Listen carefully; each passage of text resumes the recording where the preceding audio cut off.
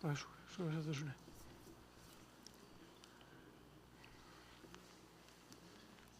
Berrogeita bost minuto edo? Berrogeita bost minuto edo zenba da? Itzaldia? Berrogeita bost da, gero... Bai, bale. Bai, bale. Bale.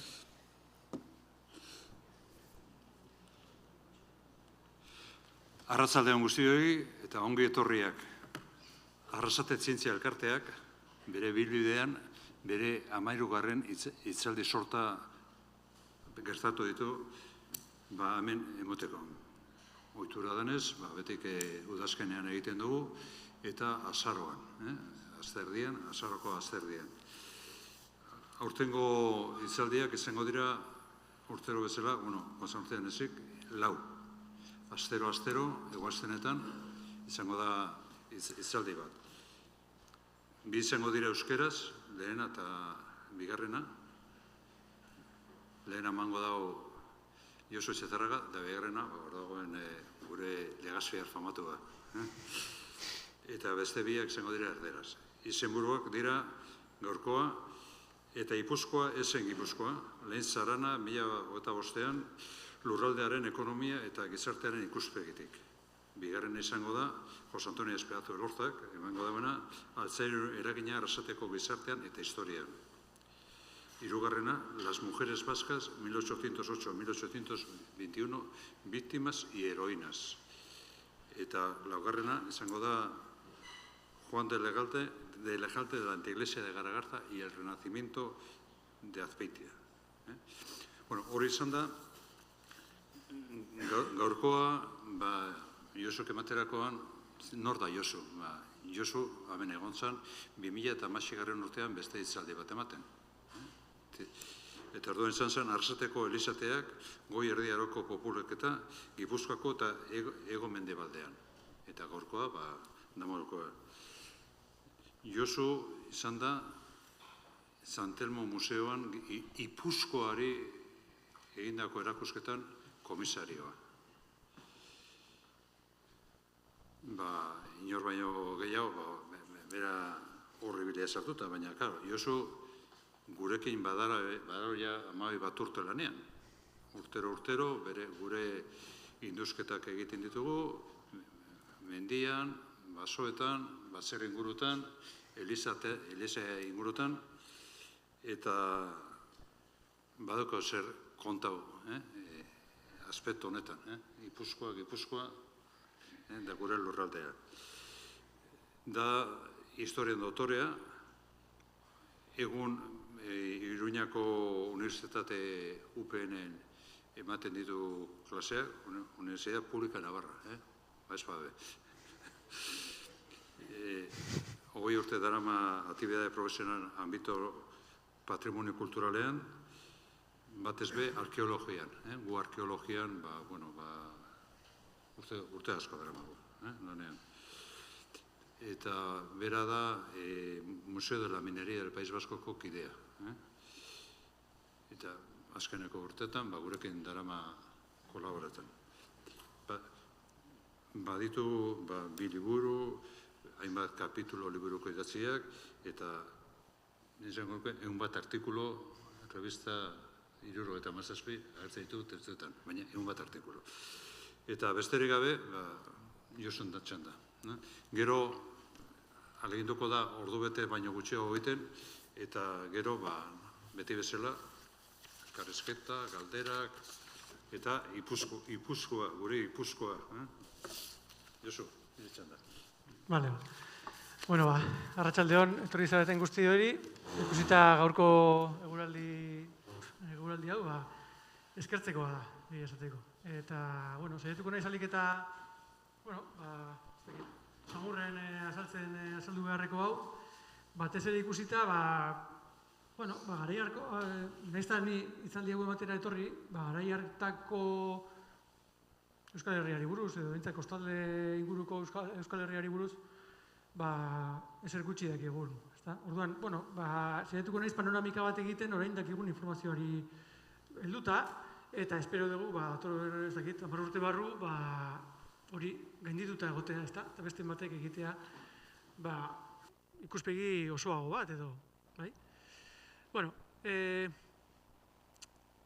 planteamentua da pixka bat, erakustea 2025ko efemeride hori zertara datorren, zer pasa zen garai hartan, eta zer kontatzen digun dokumentu horrek, 2025ko dokumentu horrek, Ipuzkoa izena lehenengo aldiz agertzen den hori. Ondoren, bueno, Ipuzkoarrak nola bizi ziren garai hartan, eta gero, bueno, Lintz bailarako biztanleak eta antzera bizi ziren, edo ze antolaketa zuten, eta pixka bat ezagunena denetik, ez ezagunenera agian, ezta? Eta azkenean, elkarlan, Javierrek esan duen elkarlan horren fruituak zintzuk izan diren azkeneko urteetan, gai honi dagokionez.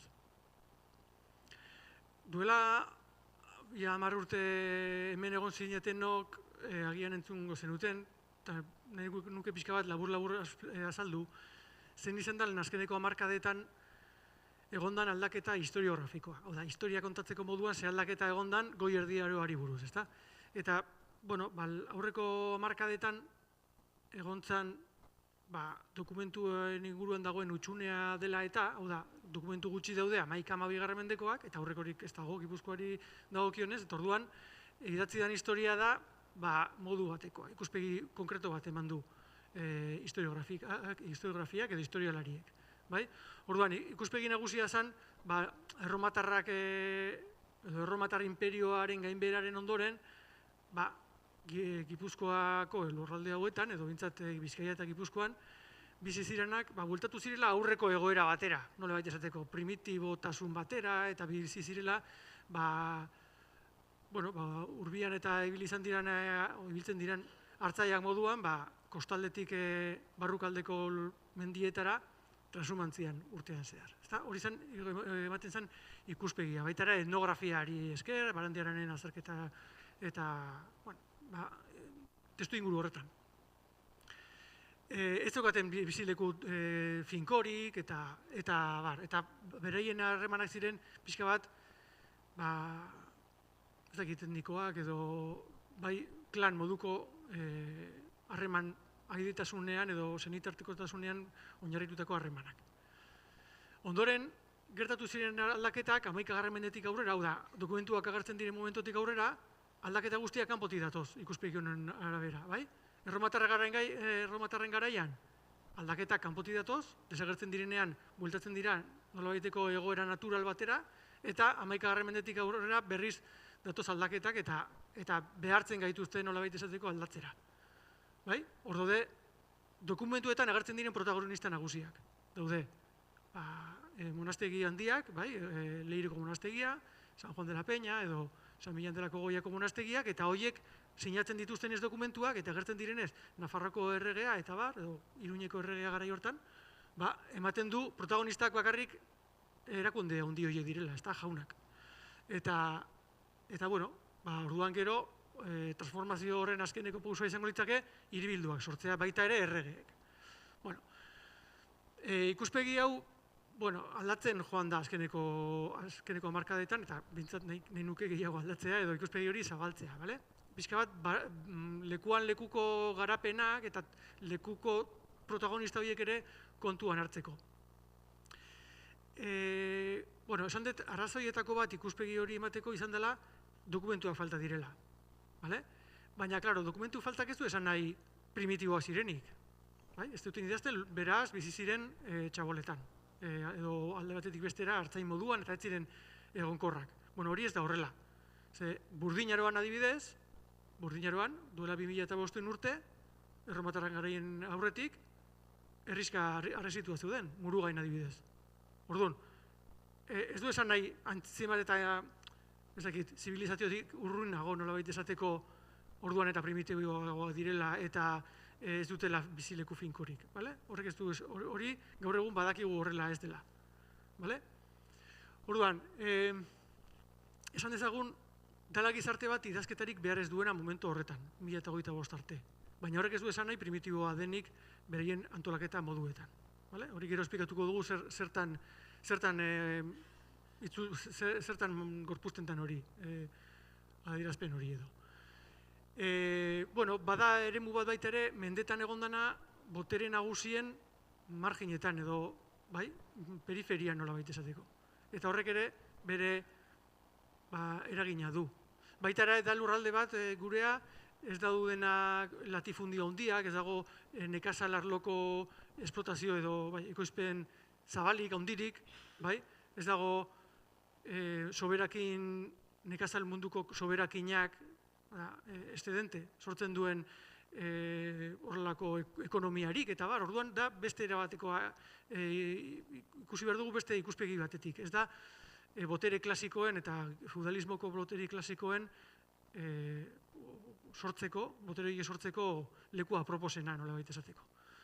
Baina ikusiko dugu, bueno, Gipuzkoa eta Hego Euskal Herriko kostaldeko eremu hau dagoela Europako garaiko mugimendu berdinetan sartuta.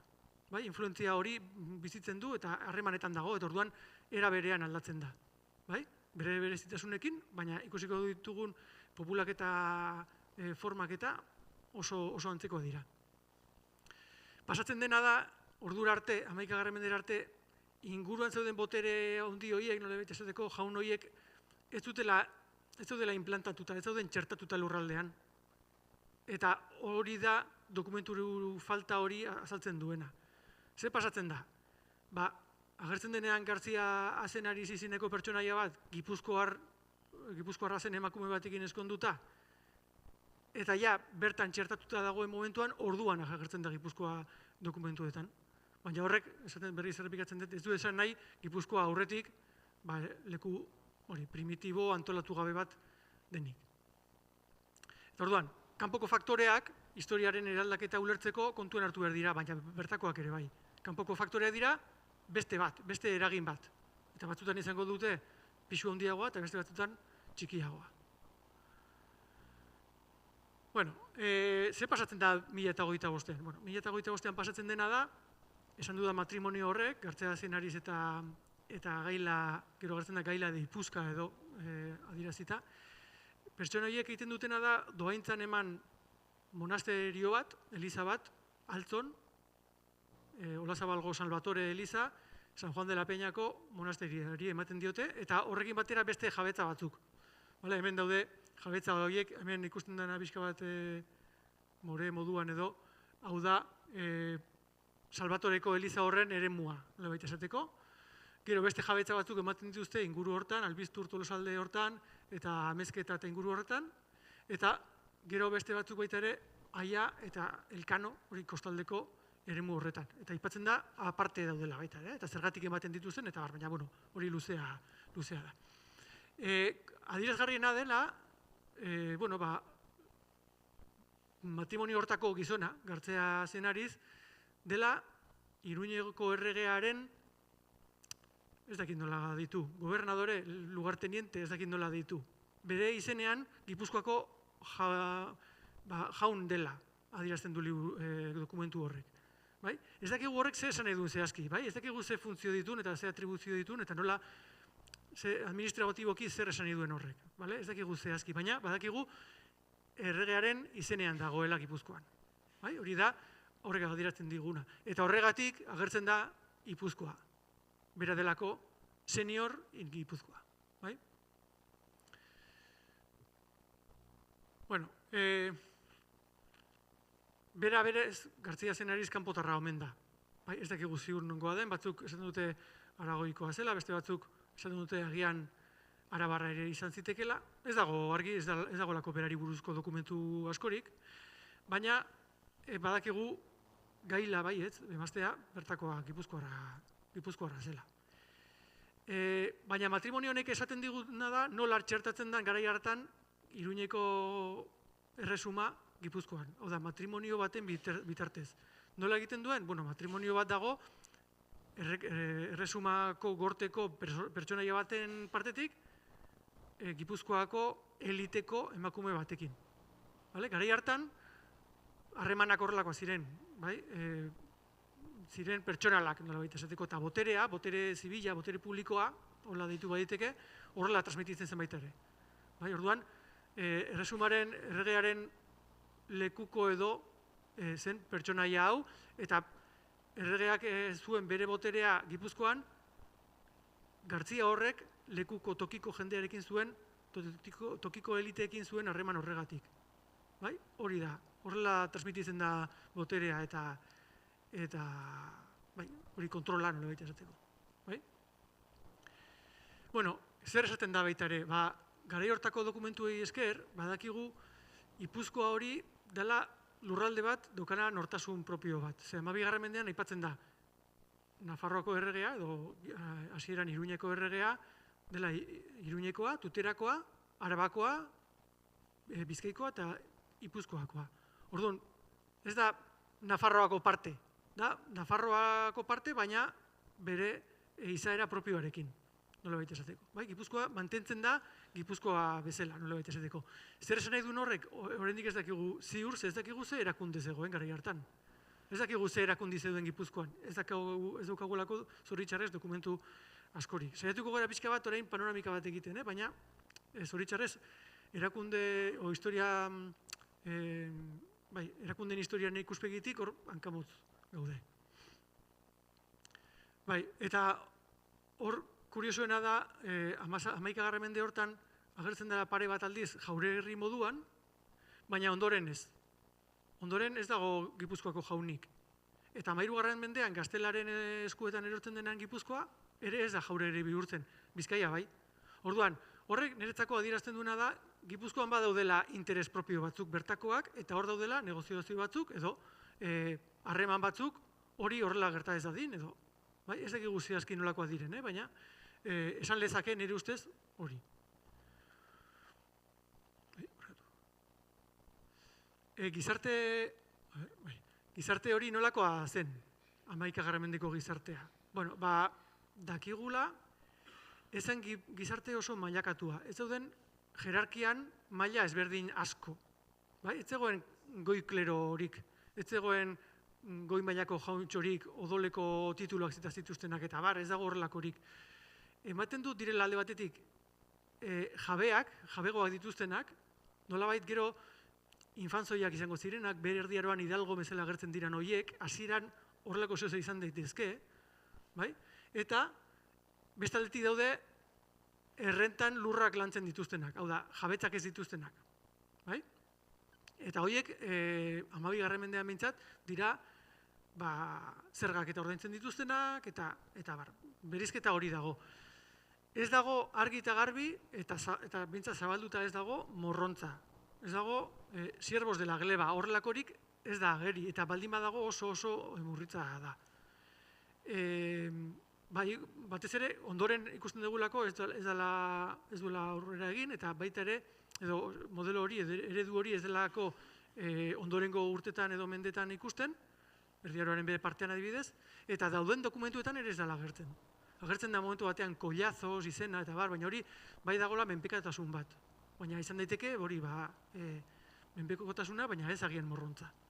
Hori pixka bat kontrastea beste eremu batzuekin. Eta nik uste dut hortik, eta hori beste batzuk ere aipatu izan dute, Jose Antonio Marin eta horrek eta barrek, aipatu izan dute, agian hortik, eredu horretatik, azaldu daitekela gero kaparetasunaren edo hidalgia horren nagusitasuna Gipuzkoan, 14. mende bukaeratik aurrera aipatzen da, gehienak, hola esaten dute, Gipuzkoar gehienak edo Bizkaitar gehienak kapareak edo hidalgoa direla, eta hori nik uste dut hortik datorrela. Hasiera batean ere, ez da gizarte igualitario bat, ekonomikoki badudelako mailak, batzuk jabego asko dituzte, gailak adibidez, ematen dituen jabetza horiek aipatzen diren horiek, nabaria da, jabetzak badituztela eta aberastasuna dituztela, baina ez dago juridikoki hainbesteko alderik, ez dirudi hainbeste. Hori hasiera batean.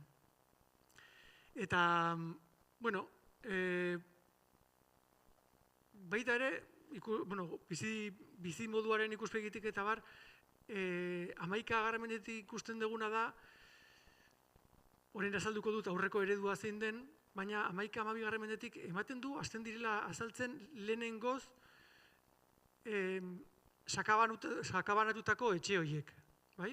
Gaur egun, edo 15. mendetik aurrera edo baserri moduan ezagutzen ditugun esplotazio eta bizileku horiek, ematen du agertzen direla agian ez eredu horretan, seguren ez eredu horretan, ez da etxe bat ekoizpena eta bizilekua elkarrekin daudenak, eta ikuluak eta biltegiak eta dena batean dena, baizik eta, bueno, nolabaiteko esplotazio bat, mendi mailan, bakanduta edo, soildutako eremu batean, eta hori hasten da agertzen ordutik aurrera.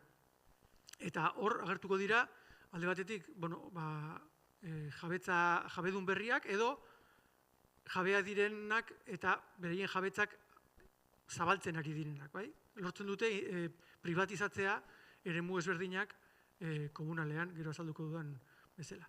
Bai, orduan, nik uste dut, garai hortako desberdintasun nagusiena ekonomikoa zela, eta horrek ematen zuela desberdintasun politikoa baita ere komunitatean eta erakunde politikoetan. Bueno, pixka bat gero gertatuko dena ikusita, eta nik uste dut hori aurretik ere badatorrela.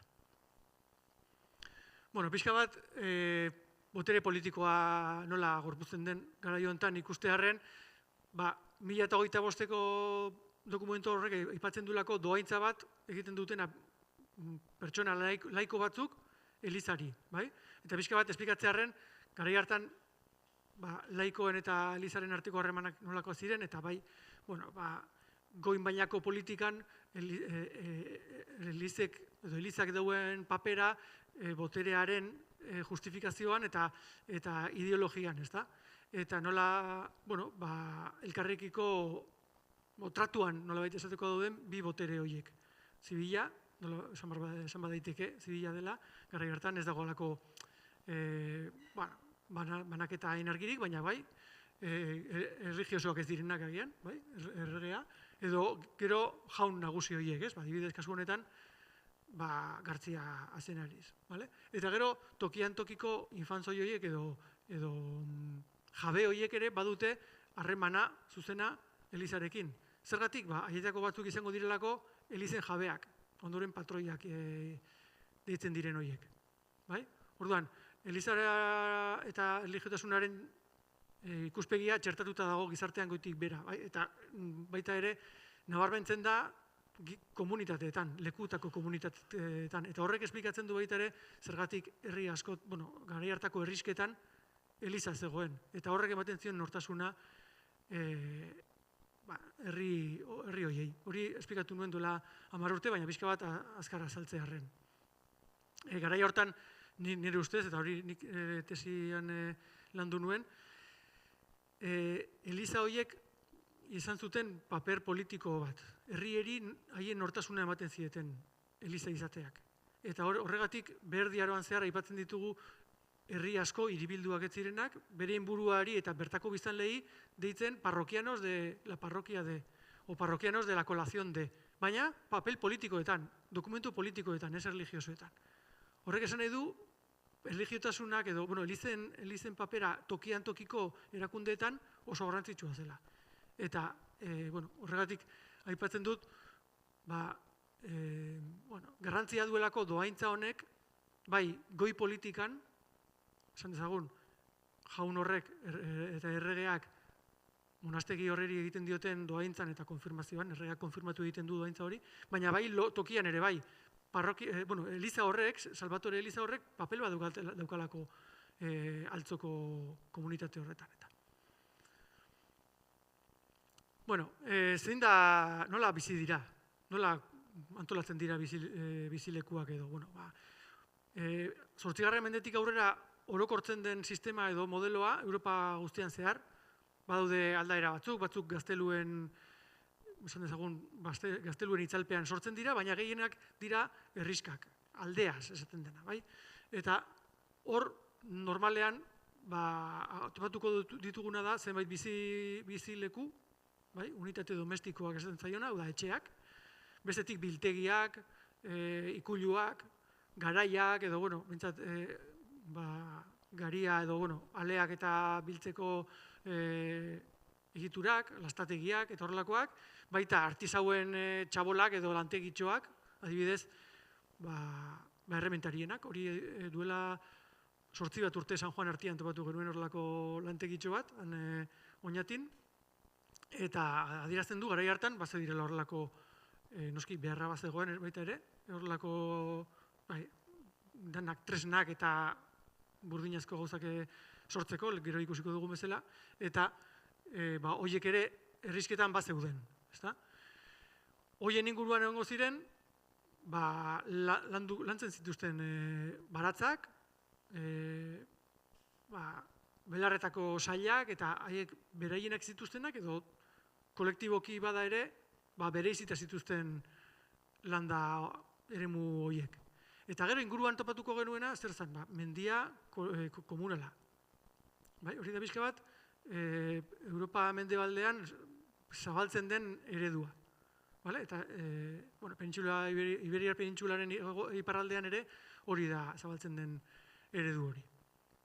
Eta jarriko dizuet pixka bat eremu, adibide bezala, gero hemen desamortizazioak eta izan zirenean eta komunalak itxura aldatu zirenean, pixka bat zailagoa da antzematen. Baina hemen ikusten da lehintzgatzagoako hegoaldeko eremuan nola dauden, noski ez dira goi erdiaroko partzela denak. Batzuk privatizatzen joan ziren denboran zehar, baina badaude lur eremu zabalak, gaur egun herri onurako mendia direnak, Montes de Utilidad Pública, eta horietan daude, sailtxo batzuk, hau da partzelarioa, eta daude sail batzuk, eta inguruan mendi publikoa.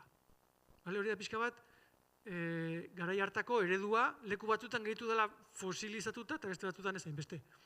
Adibidez hau, ez da ikusten osorik. Hau Letona da. Hau Arabako Zigoitiako auzoa da, eta hemen daude etxeak eta sailak, haien lur sailak, eta inguruan hau dena mendi publikoa. Eredu hau goi erdiaroko lurraldearen antolaketaren ondorio edo fosil moduko bat da.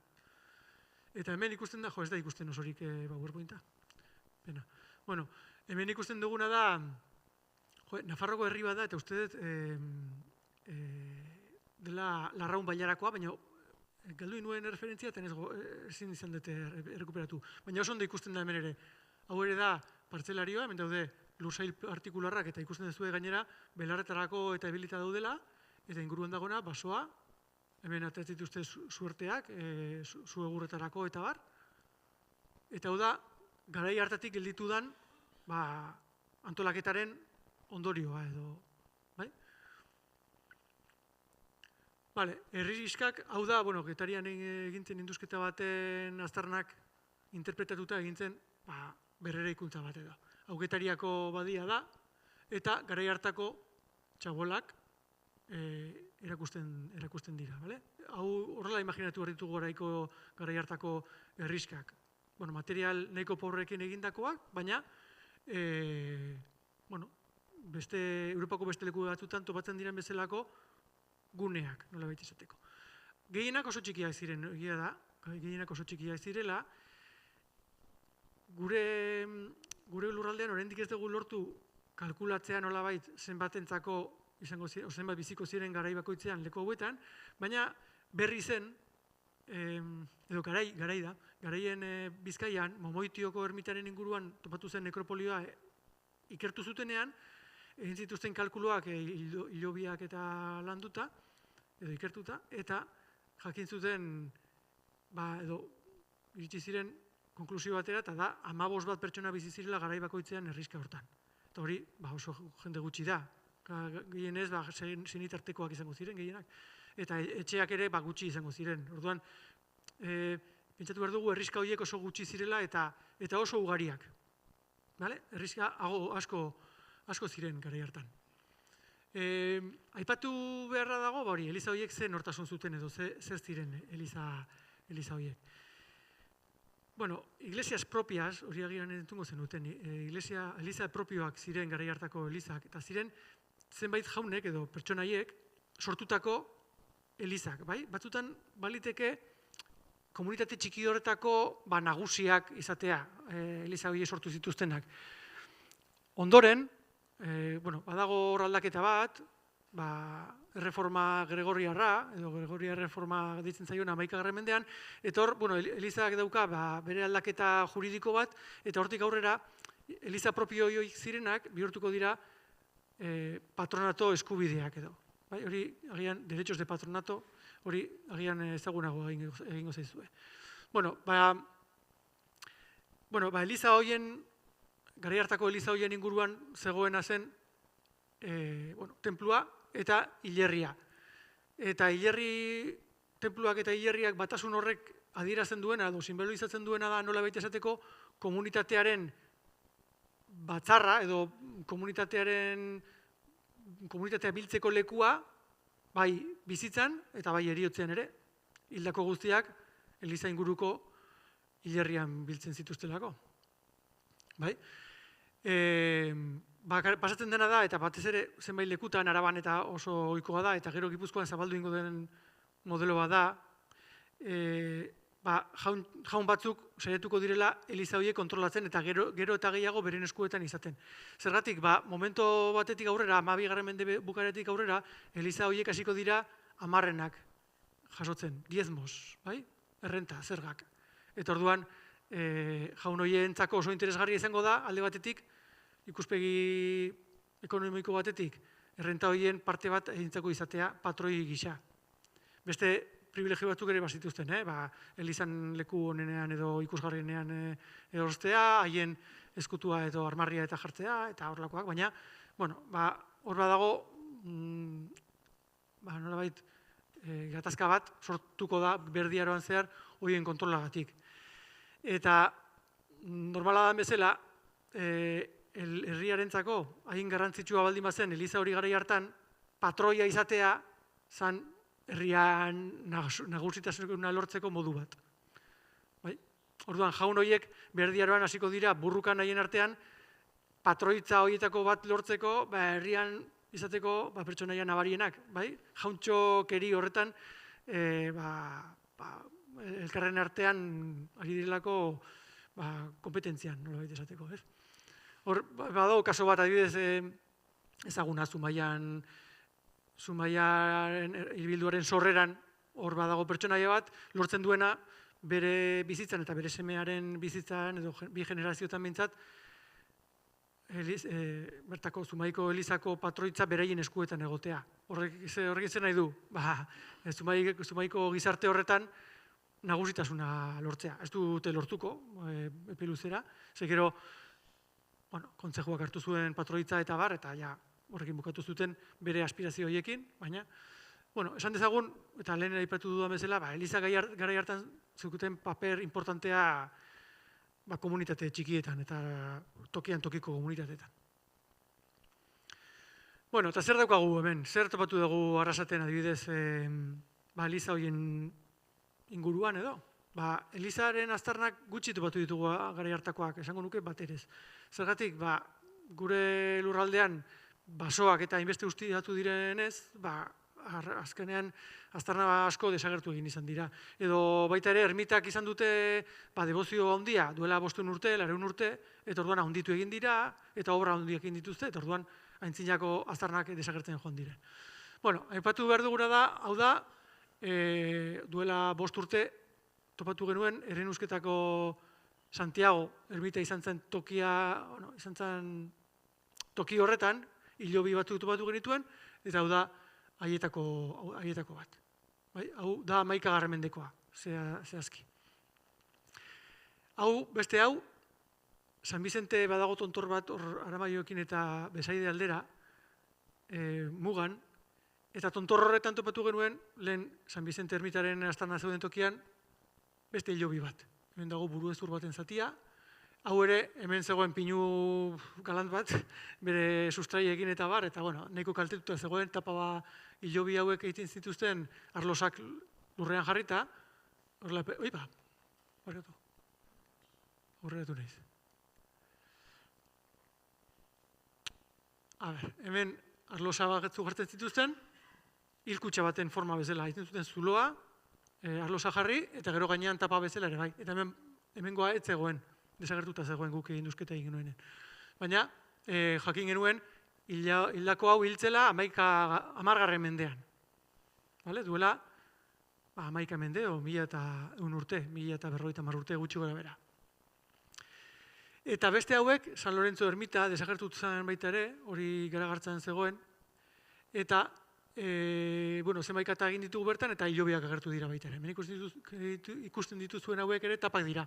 Ez ditugu iriki, miaketa batzuk ziren, eta hori utzi genuen noizbait induzten bada, eta badira hemen tapa batzuk, hemen beste arlosa batzuk zeuden, segurazki ume txiki baten hilobia zen, eta tapak eta dena galduta zituen, hor ere pinudi bat da, eta orduan zoritxarrez ez genuen besterik topatu, baina egin genuen miaketa ere oso txikia izan zen, 2 metro kuadroko, o 4 metro kuadroko induzketa izan zen, eta, bintzat topatu genuen, eta badakigu San Lorenzoko ermitaren inguruan ere, hau ere izango da, dataziorik ez daukagu, baina tipologiagatik honen antzekoa da, eta izango da, 10, 11, 12 mendekoa ziurrenez. Orduan, badakigu, desagertutako ermita horiek ere duela 1000 urte herriska txikien tenplu izan zirela, ezta?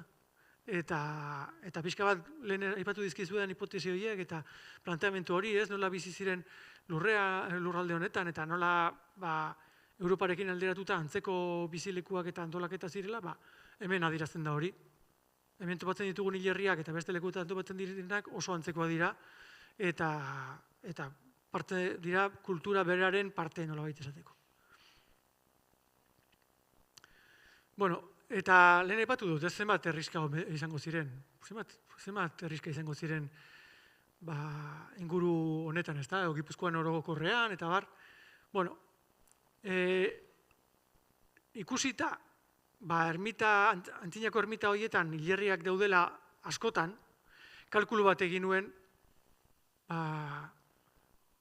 suposatuta, erdiaroaren bukaeran existitzen ziren ermita horietan guztietan hildakoa daudela. Nolabait, maksimo bat esatearren. Eta hauek dira Lehintz haranean irudikatu nituen herriska guztiak. Pila bat, ikusten duzuen moduan, asko dira.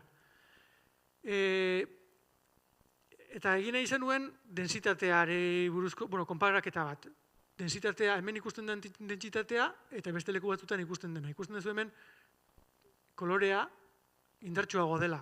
Hauetan, horrek esan nahi du dentsitatea altuago dela. Eta hauetan, lausoagoa edo txikiagoa. Baina, Lehintz bailara eta Oñatiko dentsitatea hau da, honek esan nahi du 0,56 ermita kilometro kuadroko. Hori, dentsitate hau da, Arabako iparraldeko, Arabako lautadako dentsitate berdina edo oso antzekoa. Eta hori badakigu, 11-12 mendeko dokumentu batean, aipatzen direlako Araban, lautadan zeuden herri guztiak. Lautadako herri kopurua edo densitatea eta ingurunetakoa berbera izango litzake, nire hipotesi hau egia balitz. Eta nik uste dut horrek pixka bat sendotu egiten duela nire proposamena.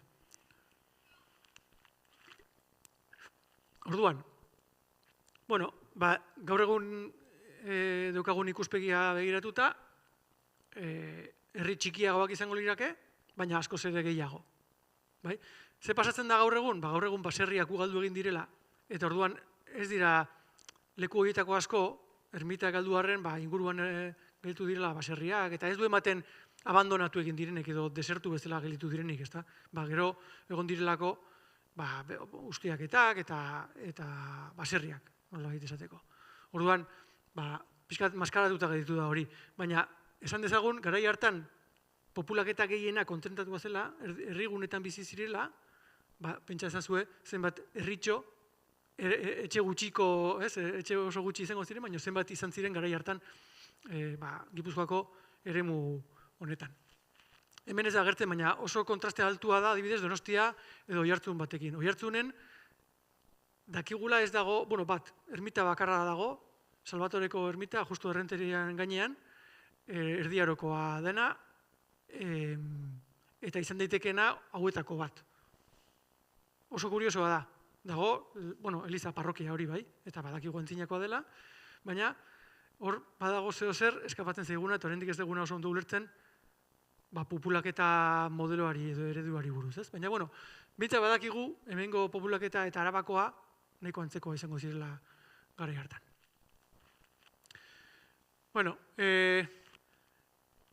Baina nola antolatzen ziren, herrixka horiek. Eta hori da zailenan ikuste dut irudikatzeko gaur egungo historiatik dokumentu gutxi dagoelako, ezta? Nik uste dut egongo zirela haranak, bai, hori badakigu harana edo bailara moduko erakunde batzuk bazirela, bai? Eta normalean izan da haran horiek izan zutela funtzio bat zergak biltzeko eta baina beste lekuetan erakunde horiek aztertu dituztenak uste dute funtzio zabalagoak zituztela. Eta nik uste dut funtzio horietako bat izan zitekela herrixken arteko komunala ustiatu behar zutenean herrien artean sortu zitezken liskarrak edo kudeatzeko erakundeak, bai? Herri ezberdinen artean, tokian tokiko antolaketatik pixka bat gorago zeuden erakundeak, haranak, bai? Zoritxarrez ez dakigu, zehazki ez dute dokumenturik utzi, eta ez dute lurrean ez dute aztarnarik ikusten.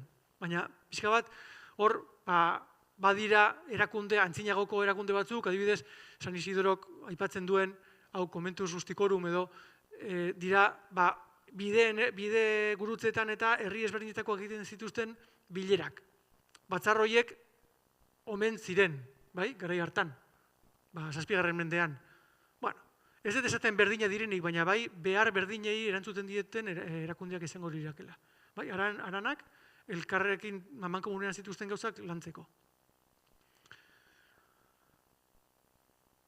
Eta ekonomiari buruz, nondik bizi ziren hauek?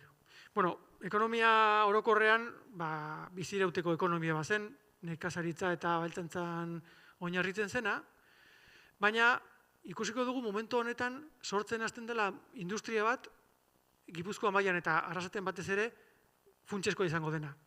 Eta ari gera siderurgiaren garapenari buruz. Kostaldean badira beste baliabide batzuk, itsasoa dago, arrantza eta bar, baina barrukaldean zen, noski erreketan ingo zen arrantza, baina jarduera ekonomiko nagusien artean etzen hori egongo noski. Eta esan dudan bezala, garatzen ari zen, esan dezagun hori Gipuzkoa mailan gertatzen ari zela edo orokorrean gertatzen ari zela. Lehintz haranean berdintxoa zen. Kultura eta antolaketa politiko antzeko baten barruan zeuden. Zer esan nahi zuen Gipuzkoatik kanpora egoteak? Hori da galdera, ezta? Gipuzkoa zertzen bazen erakunde bat herrialde mailakoa, baina ez dakigu ziur ze funtzio zuen, hori da txarrena. Orduan, zoritxarrez, ezin dugu esan Lehintz Gatzagan o Lehintz Bailaran, gaurko Arrasaten, Aratxabaletan edo beste auzo txiki horietan bizi zirenek zertan diferentziatzen zuten edo zertan zen diferentea beraien bizitza Gipuzkoan bizitzen batekiko. Ez dakigu esaten. Badakiguna da, bazegola herrialde bat nortasun propioa zuena hori da badakigun bakarra, zoritxarrez. Baina bizitza, ohiko bizitza, eguneroko bizitza, berdintxua zen. Noski, bailara bakoitzean bere berezitasunak izango zituzten, ezta? Geografiak determinatuta, edo bertan zauden baliabideak horrek bultzatuta, nole baite, ezta? Hala ere, inguruan dauden lurraldeek ez zuten dakigunez 11. mendean ez zuten beste jaunik, ez zen beste Gartzia zenarizik Lehintz Bailararako. Ez zegoen beste jaunik ematen duenez. Baina baliteke lurralde hauek, Bergarako harana, garai hartan Bergara izango zen eremu handi hori, Lehintzkoa edo Oñatikoa, beste botere batzuekiko harremana izatea. Ez dakigu ziur, baina posible da, adibidez, lehen ikusi dugu eredu antzeko hori hemen ematen dena eta Araban ematen dena populaketaren ikuspegitik, beste harreman batzuk ere izatea Araba eta Gipuzkoaren hego-mendebalde honen artean, adibidez Oñatiren kasuan, ezta? Gero ikusita gainera, gebaratarrak izango direlan jaun, baliteke harreman hori aurretik ere egotea, baina ez dakigu ziur. Badakiguna da, Bergaran adibidez, 12. mendearen bukaeran, aipamen bat badago, eta da, Durangoko forua bat badago 12. mende bukaeran, baina ez dakigu data zindan zehaz mehatz.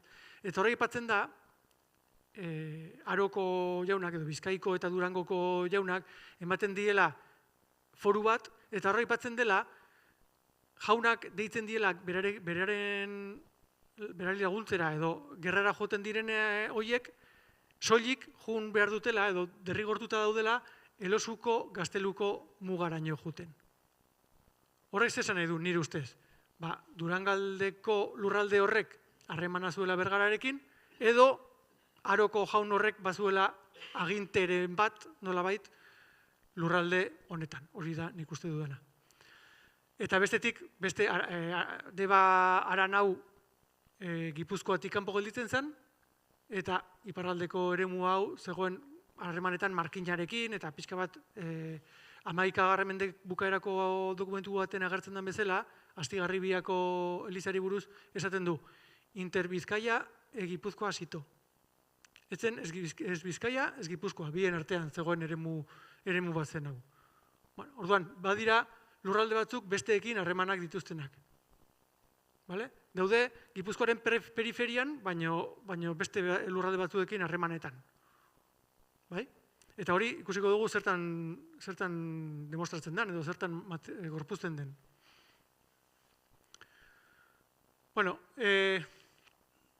Ekonomiaren ikuspegitik, haran hontan edo lurralde honetan, esan dezagun, badela jarduera bat nagusitasun hartuko duela urrengo 2 mendeetan, eta 10. mende bukaeran ja agertuko dena. Eta da burdingintza. Burdingintzak biziko du susperraldi oso importantea Gipuzkoan, biziko du Kakotxartean lehenengo industri iraultza bat, eta hori gertatuko da 12. mendetik aurrera, 12. mendetik aurrera, baina 10. mendean badira dagoeneko burdin lantegiak Arrasaten. Baita ere, Legazpin. Izango dira Gipuzkoako lehenengo eremuak edo lurraldeak burdin lantegiak izango dituztenak martxan dakigunez bintzat. Ondoren, zabalduko dira 12. mendean eta izango da boom importantea. Hori dakigu topatu ditugun lantegi horiek, Aizeola izena duten horiek, datazioak egin ditugulako, eta badakigu gutxi gora bera noizkoak diren, eta gehienak garai hortakoak direla ematen digu. Orduan, esan dezagun, Arrasate zegoela 11. mendean, boom hori bizitzeko esperoan edo gutxi falta zitzaiola, eta ja hasita zegoela industri iraultza txiki hori egiten, ezta? Orduan, ondoren badakigu Arrasate zer izan den burdinaren lankintzan, eta badakigu baita ere burdinolak eta nola egon diren, Berdiaroan zehar eta Aro Berrian zehar, eta industria guzti horren guztiaren oinarria edo jatorria hemen dago, 10. mende bukaera, 11. mende hasierako burdinola txiki horietan. Zer ezberdintasun dago? Aurrekoak ez dutela energia hidraulikoa, hau da, ez duten errekaren eta uraren indarra erabiltzen. Ziren labe txiki batzuk eta gizakiak lan egiten zuen bere indarrari esker.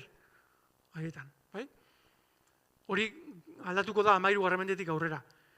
Badukagu Aizeola bat, edo horlako burdinola bat, Anporreta mendian goiko partean, 15. mendea arte iristen dela.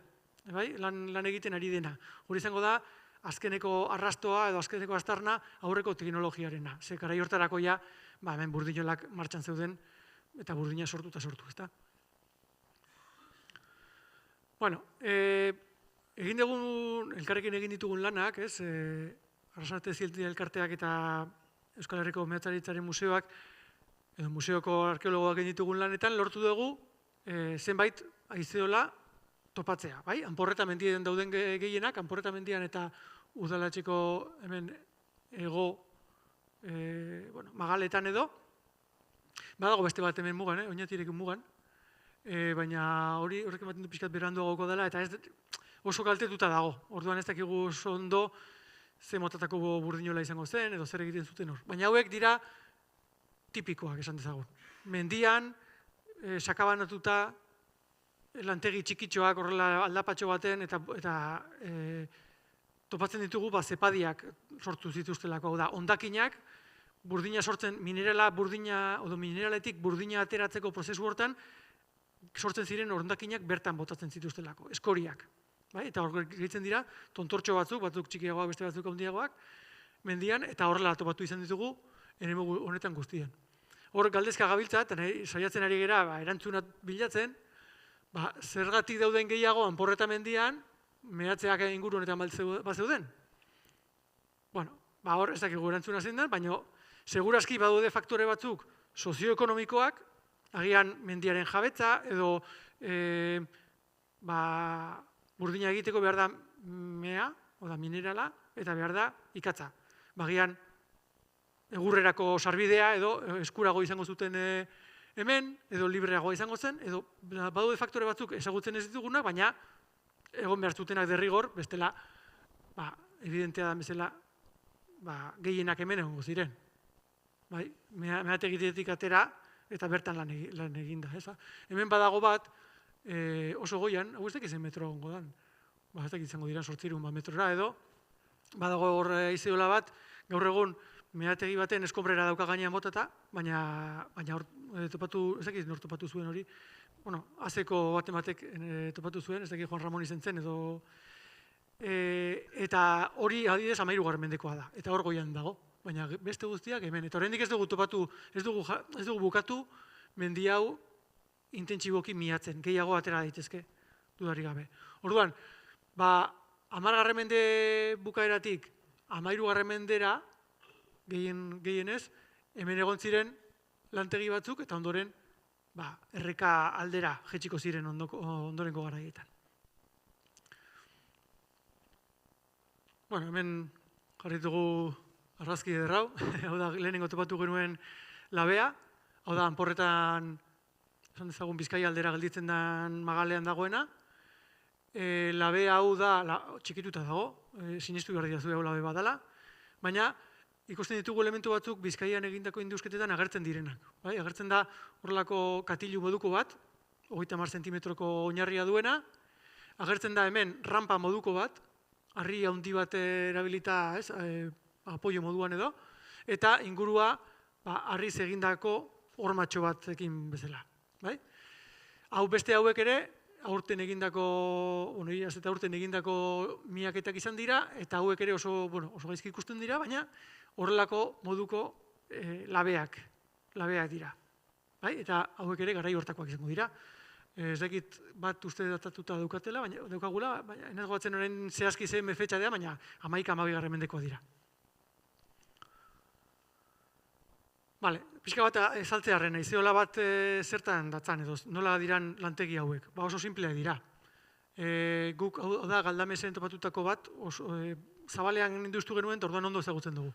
Batetik dago, minerala uzten zuten lekua, topatzen dituzu horrelako orban moduko batzuk mineral zatiz beteta, gero, kaltzinatzeko edo xigortzeko labe moduko bat, da horrelako zulo, ez da zuloa ere, ez da sakona, gehiago da zabala, eta hori agertzen da buztinak guztiz gorrituta, orduan suarekin lan egiten zuten hor, minerala deshidratatzeko edo ezak guzti zertako, baina egiten zuten lehen transformazio bat, eta gero, lehen ikusi ditugun labe horietan egiten zuten azkeneko lanketa. Mineralari ere usten zioten, altzuten burdinik eta gehien. Eta gero, segurazki, inguruan, zegoen ingude baten, arrizko ingude baten, lantzen zuten, pixka bat lehenengo ondakin horiek kendu, eta gero hortik, eramango zuten, tresnak eta egiteko, konpaktatu, eta lantegi, errementeriaren lantegira nola baita esateko. Eta lehen ikusi dugun labe horren formatoa edo, eredua da, katilu moduko bat, eta hau da esan dizuegun rampa. Esan dizuedan rampa. Eta rampa hori, eredu hau, izango da gutxi gora bera burdinola hidraulikoetan daukaten eredua. Bai? Hemen badago batetik, ez da horma bat, ez da burdinoletako horma, baina bai, hemen dago tobera bat, hau da, izea sartzeko zulo bat, hemen egongo zen auspoa, edo auspoak, ez dakigu zen batera bitzen zituzten, eta airea sartzen zen barrura, labera. Ondoren, pentsatzen dugu logikoki rampa honetatik aterako zutela, bai totxoa edo agoa eta hondakinak. Bai? Eta bazuen baitere hemen irteeratxo bat hortik ere zepa edo eskoria atera zedin. Vale? Lehen ikusi dugun hori katilu hori, nolabait esateko hori labe horren ipurdi hori horrelako baten aztarna da. Bai? Pixka bat txikiagoa ondi xamarra zen, baina pixka bat berandu gauko zelako, baina hemen erabiltzen zen teknologia eta Bizkaiko ezkerraldean erabiltzen zen teknologia hori berdina ziren. Bueno, eta azkenean industria horrek eskatzen duena da lurraldearen antolaketa, segurazki, lehen esan dizudan bezala, basoak eta ustiatzeko legedi bat, edo usadio batzuk, edo bintzat antolaketa bat, norena dira, basoak, norena dira meategiak, hor ez dakigu nola kudeatzen zuten.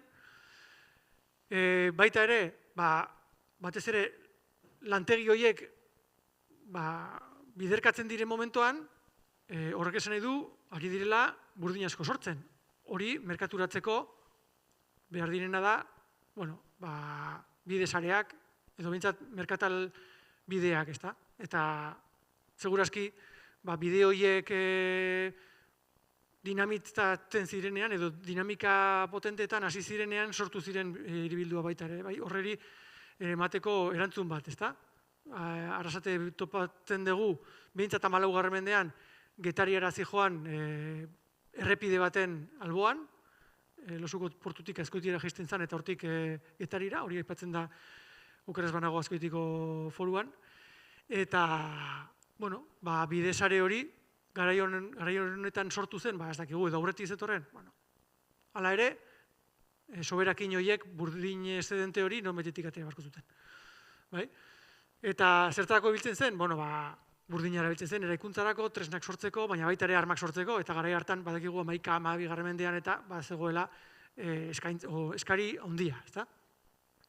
Eta baita ere 11 mendean badakigu dagoela Europa mailan demografian hazkunde bat, eta eskariaren igoera bat baita ere. Behar da, nekazaritzaren zabalkunde bat ere badago, klima egokia dago horretarako gainera, eta orduan behar dira lanabez gehiago, eta bar.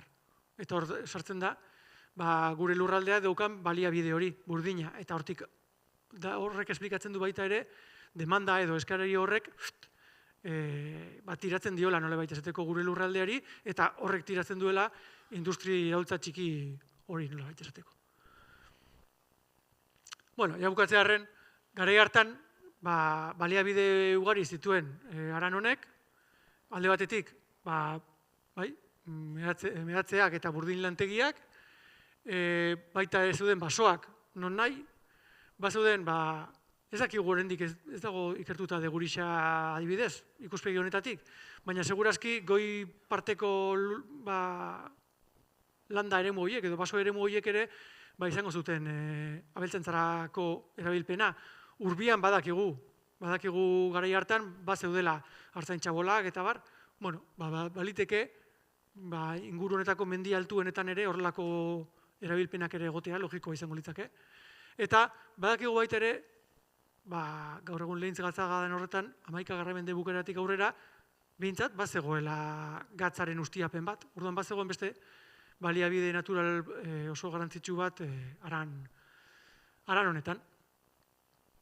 Eta, ondorioaren ikuspegitik jabukatzeko, historiaren ikuspegitik, esaten dizuan bezala, dokumentuak ez egoteak ez du esan nahi historiarik ez dagoenik, edo ez dagoenik herri dinamiko bat. Eta hori arkeologiak ematen digu. Ikuspegi berri hori arkeologiaren bidez lortzen dugu. eta beste biderik izango bagenuke, jarriko genuke martxan, ez? Baina dokumentuak ez daudenean, arkeologiara jo behar dugu. Bueno, nik, ja bukatzearen, zeia berandutzen ari naiz. Metodologian ikuspegitik nik adierazi nahi dudana da, ze frutu honak eman ditun, egiten ari geran harreman honek. Azek eta bueno, arkeologok, Burdingintzaren, Omeatzaritzaren museoko arkeologok daukagun harreman horrek. Daramazkigu 10 urte lanean, eta horri esker lortu dugu informazio pilo bat, bai, hilerrien ikuspegitik, ikusi dituzue Aztarnategi egitako argazki batzuk, Burdingintzaren ikuspegitik baita ere, eta hasi gara ezagutzen, Arrasate, garai hortan nolakoa zen, zertaz bizi zen jendea, nola bizi ziren, eta bar. Lehen ez genekien hori dokumentutan agertzen etzelako. Orain, badakigu, eta horrek, bertan egotea talde bat hori bultzatzen duena, ez da ohikoena Gipuzkoan baian. Eta badira induzketa batzuk, bertan bera gelditu behar izan direnak, lekuan igual ez getegulako izan talde bat horren atzetik ibili dena, udalean ibili dena burrukan, eta bar, ezta? Eta kasu horretan hori eskertzekoa da. Eta horrekin esan nahi dudana da, beste ikerlari batzuk badaude, lehen baiarako beste herri batzutan arkeologia egin nahian, funtsezkoa dela bertako jendeak ere laguntzea, eta elkarlan hori sortzea, ze horrelako frutu honak ematen ditu. Eta lan egin ezkero, agertuko lirake, aztarna gehiago, eta orain, hitzaldi honetan Arrasaten gaude baita ere, baina hitzaldian batez ere Arrasatez hitz egin dut, baina beste herriez ere lortuko genuke gehiago jakitea ikerketa egingo balitz. Ez da, landa ikerketa hori. Eta, bueno, baita ere, esan dizudan bezala, beste lurraldetan segertatzen den ikusteak, horrek, konparaketa horrek laguntzen du. Imaginatzen edo hipotesiak botatzen, zer topatu dezakegun hemen, ez da? Pixka bat, burua edo ikuspegia zabaltzen, eta bar. Eta, bueno, nire partetik horri zuen galderen zain gelditzen naiz, eta...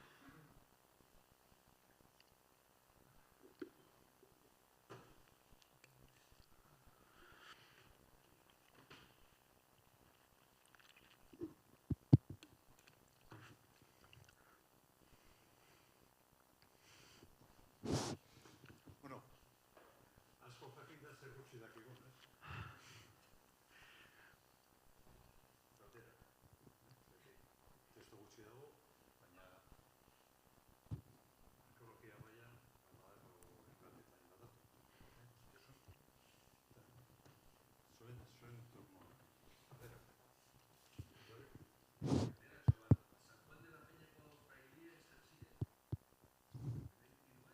Bai, gara hartan bai. Ez dakit zehaz mehaz. Ez dakit zehaz mehaz zentzu ziren.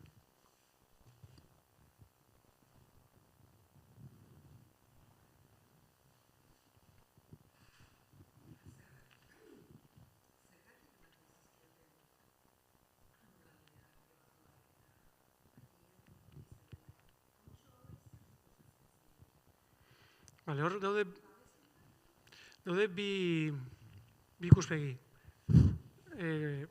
elkarrekin doazenak. Alde batetik dago, bereien sinesmena edo bereien, hiltzeko garaian lortu zitzaketen, dokumentuak behintzat literalki hartzen baditugu hor esaten dute. Dohaintza horiek egiten direla, haien arimaren, salvaziorako nola baita esateko, haien pekatuak eta barka daitezen edo, bai? Alde batetik, badago ikuspegi bat, dena, metafizikoagoa. Baina, ikuspegi materialistago batetik edo,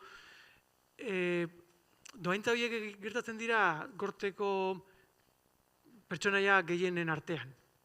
Hor dago, Eliza, 10. mendea Elizarentzako da katastrofikoa, goiko mailetan, esan edet. Aita santua jartzen ditu enperadoreak, eta badago egoera bat oso negargarria Elizaren ikuspegitik.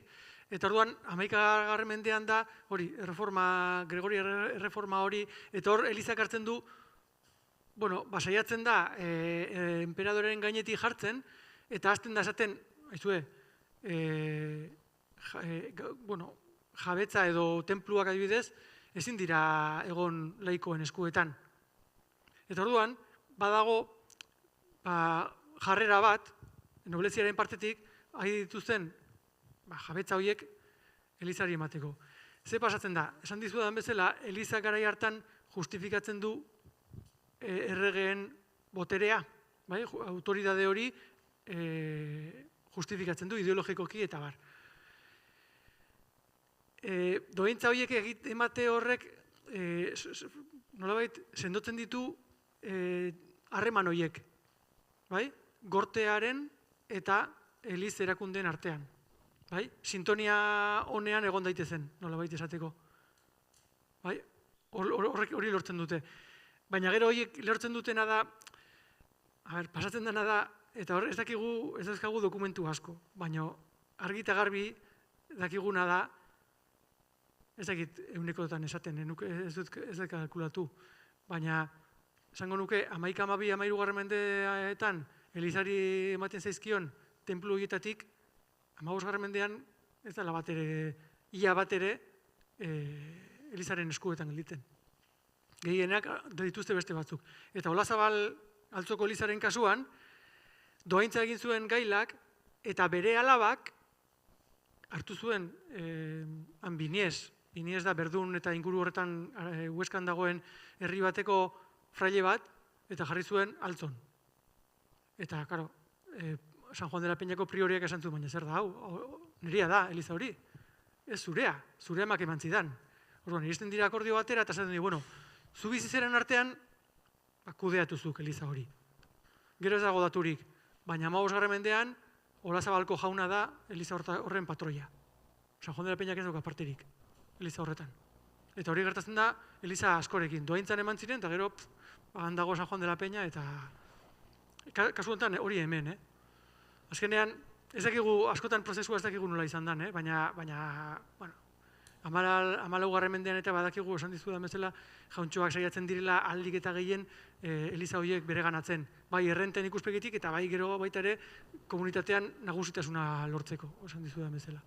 Orduan, 11. mendean da, gauza, ez dakit nola, esan, boterearen eta erregearen autoritatearen ikuspegitik sortzeko harreman edo dinamika positiboak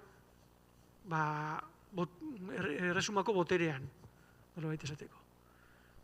Ikuspegia diferentea da, gaur egunean ditugun harreman administratibo politikoak, holako harremanak dira pixkat irregularrak direnak. Berez ditugu konstituzioak eta legeak beste arau batzuk, beste modu batera arautzen dituztenak botere harremanak, berez. Baina garai hartan hori da normala. Orduan, boterea sortzen da horrela. Harreman pertsonali horrei esker, dohaintzak, nik favore bat egiten dizuzuk niri. Besteik? Bai.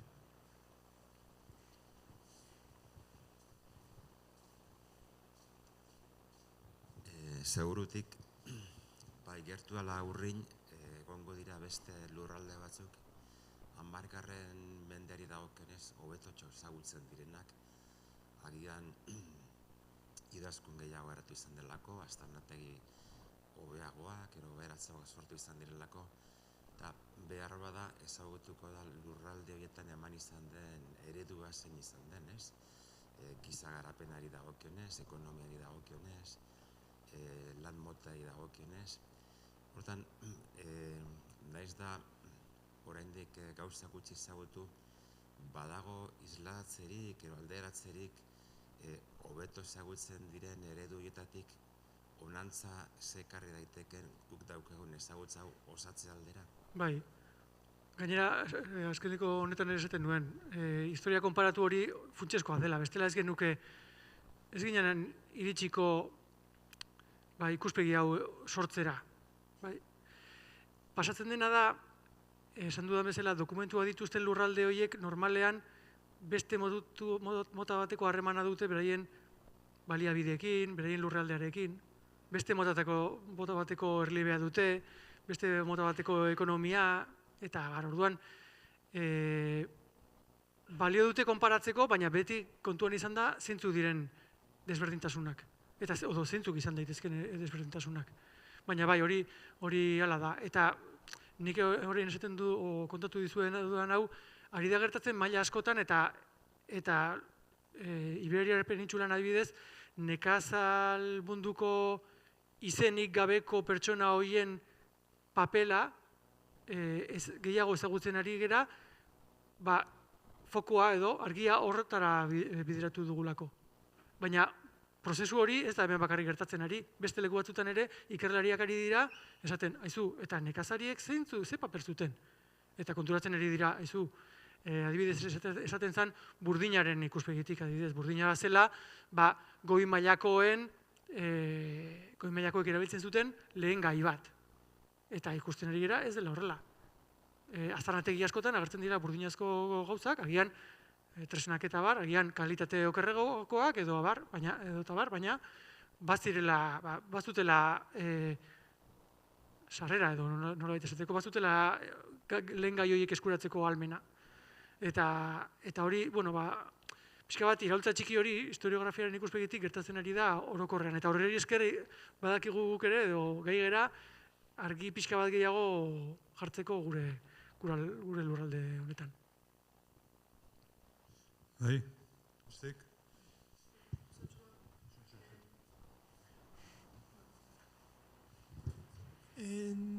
Baina burnia asko zelenago asmatutako gauza zen, ez? Zergatik 10. mendera arte ez da azte nola lanketa ugariago bat? Bale. Gipuzkoan eta inguruko lurraldetan, burdinaren ekoizpena ezagutzen da burdinarotik. Eta badakigu adibidez, Legution, Aramaion, justo ertza da, Aramaion Legutior mugan, Anoetan eta Oiartzunen topatu ditugu burdinaroko lantegiak. Horrelako xeak, hemen ikusi ditugunen, teknologia ezberdina da, baina lantegi mota antzekoa da.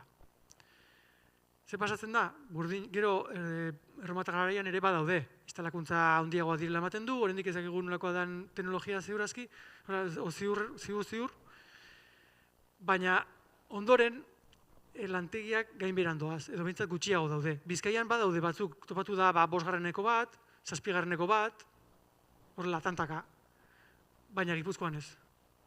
Orduan, egongo balitz ere, aterako da, bat atera beharko du, derrigor. Beste gauza bada egotea, gaur egun etxeak dauden lekuetan, edo lantegiak egon diren lekuetan, eta orduan deuseztuta egotea. Baina, faktore geografikoa ez baldin bada,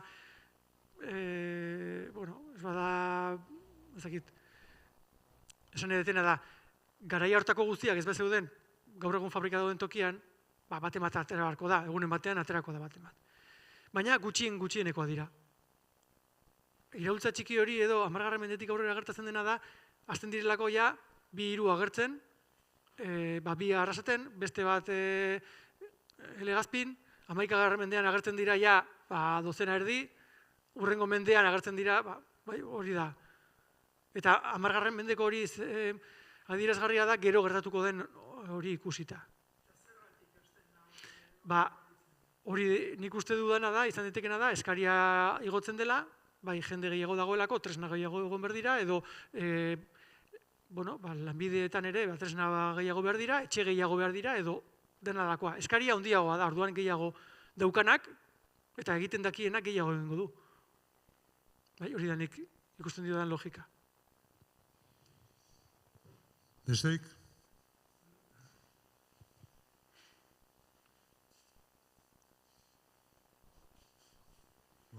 Txalotu izlari xai eta... Mi esker.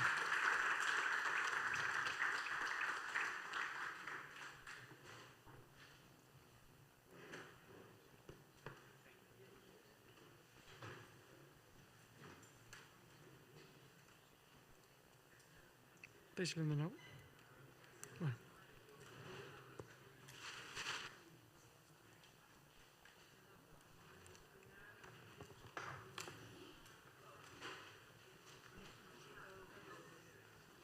adolescente Mozambikin bizitu naiz. Eta ikusita duken Mozambiken burnia lan zen, bi modutara, bata, termitero baten barruan, termitero barruan labeak egiten zituzten dio.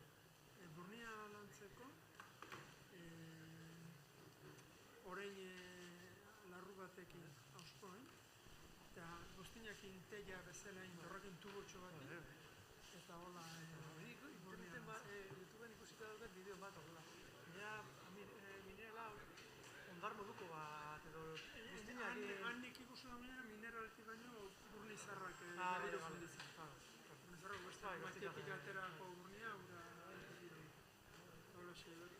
larru txiri batekin ura uskotu eta laban bat iteko. Horrek pasatzen dena da, garainotako labeetan, pizka bat gehiago ingo zuten, eta gero, burniolegi pasako dena da, ja, produzioa dela osko zera handia, gualariak handiagoa dira, ospoak ikaragarria dira, mailua ere handiagoa eta berez da biltzen bat izateko, ez dira behik handia. Orduan, bai, baina oso kuriosoa da, munduetan dago pik. Beste guztat, esan duzunetik, zalantza edo batzutan, zure entzun da, eta beste gauza batzuk entzun eta, sensazio baten du. Ez da gizemendetik atzera. Horren jende gutxi egon behar zuela. Historiarik zegoen nik esateko ere, zerati sensazio baten du oso jende gutxi izan behar. Ikarregitu batzeko ere lanak. Oso... Ez da estimatik. Bosgarren mendean zen. Eskerrik asko, Vale, vamos gara. Venga. Bosgarren mendean edo... Mila, ideiarik ez. Amasi garren mendean berroita mar. Amasi garren erdialdean berroita mar. Oztoko esparruan. Bai. Amasi garren mendean. Baina, horretik... A ber, estimazio guztia izango dira oso... Unoko berroita mar gora bera. Inoz, mila gora bera. Bidalketa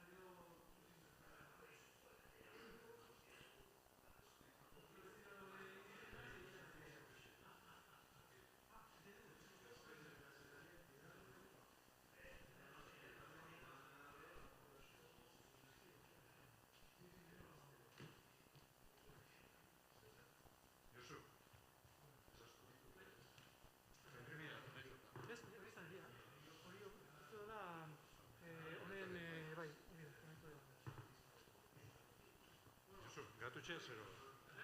Martxe, behoz, Andrea kutxe bari dau, intxorro ondo